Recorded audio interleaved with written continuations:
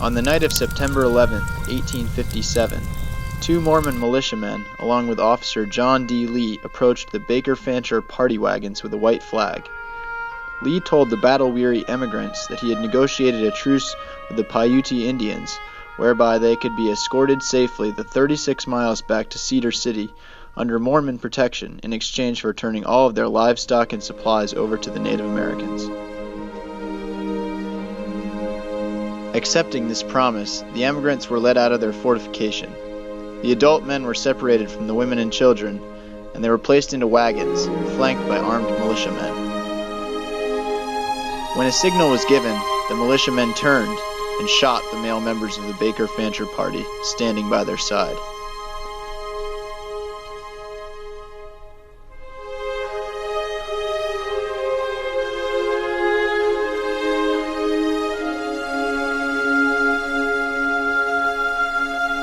Moments later, the women and children were then ambushed and killed by more militia hiding in nearby bushes and ravines.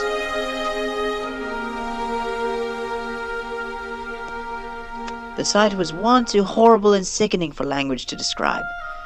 Human skeletons, disjointed bones, ghastly skulls, and the hair of women were scattered in frightful profusion over a distance of 2 miles. The remains were not buried at all until after they had been dismembered by the wolves and the flesh stripped from the bones, and then only such bones were buried as lay scattered along nearest the road. How did we get here? How did the Mormon militia come to this, the slaughter of a wagon train as it passed through their lands? To answer that question, we must begin at least a decade earlier. Mormon pioneers began settling in what is now Utah in the summer of 1847. They left the United States after a series of severe conflicts that left them with enemies for neighbors, and their leader, Joseph Smith Jr., dead. The new president of the church, Brigham Young, led the migration west. Young and other Mormon church leaders believed the remoteness of Utah would secure the rights of Mormon and ensure the free practice of their religion.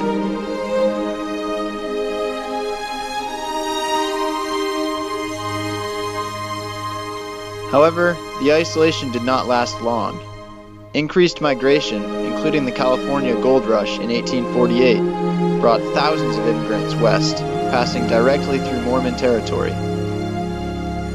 The U.S. Congress created the Utah Territory as a part of the Compromise of 1850. President Millard Fillmore selected Brigham Young, president of the LDS Church, as the first governor of the territory.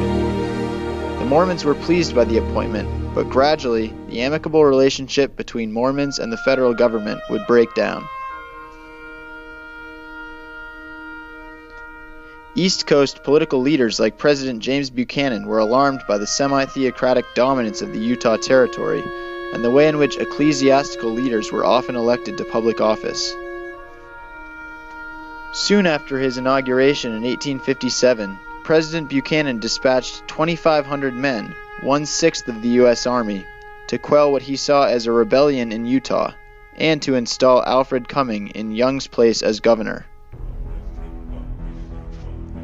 This use of military force frightened the Mormons, and lurid accounts in the eastern newspapers gave the Mormons reason to expect the worst.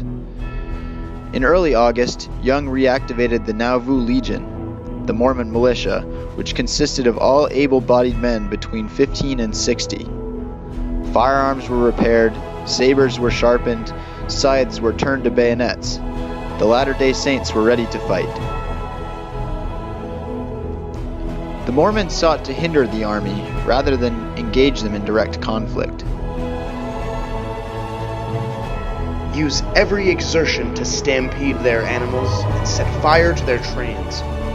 Burn the whole country before them and on their flanks. Keep them from sleeping by night surprises. Blockade the road by felling trees or destroying the river fords where you can. Watch for opportunities to set fire to the grass on their windward so as, if possible, to envelop their trains. Leave no grass before them that can be burned. Keep your men concealed as much as possible. Daniel H. Wells, Lieutenant General of the Nauvoo Legion.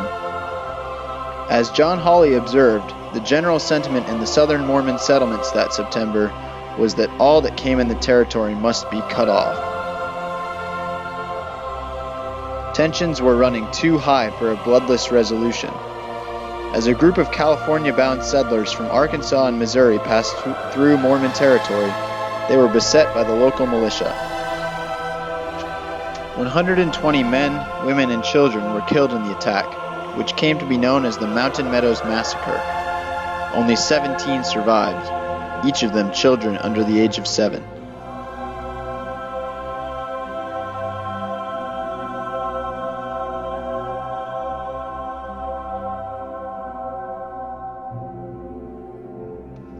Through October and November, nearly 2,000 militiamen were stationed in Echo Canyon and Weber Canyon, protecting the populated areas of northern Utah. Dealing with a heavy snowfall and intense cold, the Mormons prepared for a possible battle, either that fall or the following spring. Several thousand more militiamen prepared their families for evacuation and underwent military training. The cold weather allowed for some negotiations, during which time Young allowed Cumming to enter the state as a governor.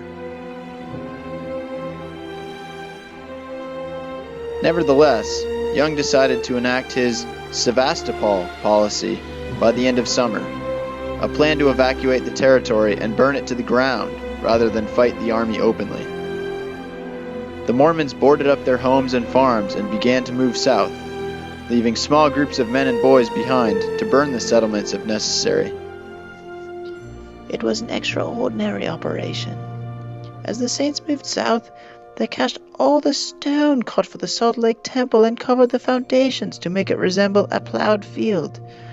They boxed and carried with them 20,000 bushels of tithing grain, as well as machinery, equipment, and all the church records and books. The sight of 30,000 people moving south was awesome. Historians Allen and Leonard. But even as the Mormons marched south, President Buchanan was coming under tremendous pressure from Congress to seek peace in the Utah Territory. He sent a peace commission to Utah, offering a free pardon to the Mormons for any acts incident to the conflict, provided they submit to the government authority. In return, the government would not interfere with their religion. Conflict between the Mormons and the federal government was far from over, but Utah became a state in 1896, bringing a peaceful close to a territory with a turbulent history, including the period of great unrest known as the Utah War.